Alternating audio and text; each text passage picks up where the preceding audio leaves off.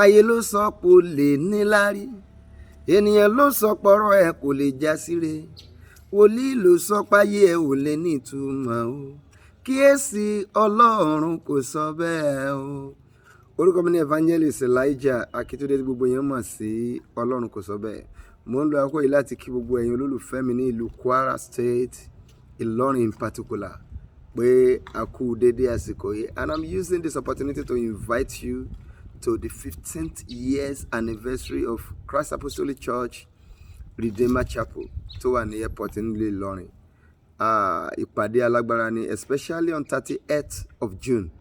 There's going to be a very powerful night vigil, night of praise. Wow, it's going to be powerful. I'll be there live and direct with other gospel ministers. Pẹ̀lú àwọn bàbá nínú ẹ̀mí. So, ẹ̀yin olólùfẹ́ mi, ẹ jẹ́ á darapọ̀, ẹ jẹ́ á jọ yin Ọlọ́run nínú ìjọ yìí. It's going to be powerful. 30th of June, and we are starting around 10 p.m. in the night. I will be expecting you. Try to be there, and you will not go empty-handed. God bless you.